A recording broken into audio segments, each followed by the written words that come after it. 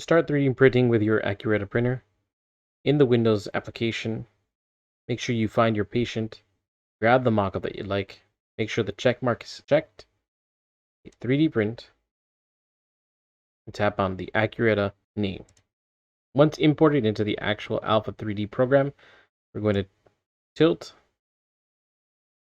the model backwards to make sure that about a 45-degree angle, a 35-degree angle.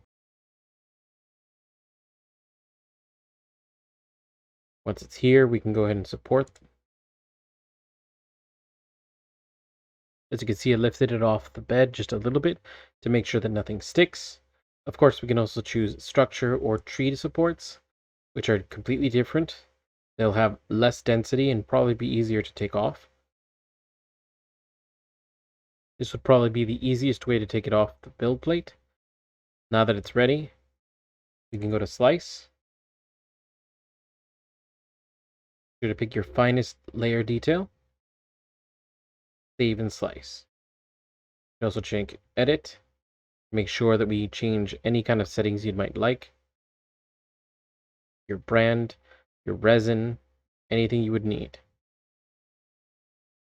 Hit save and slice, and it's ready to go to your printer and print.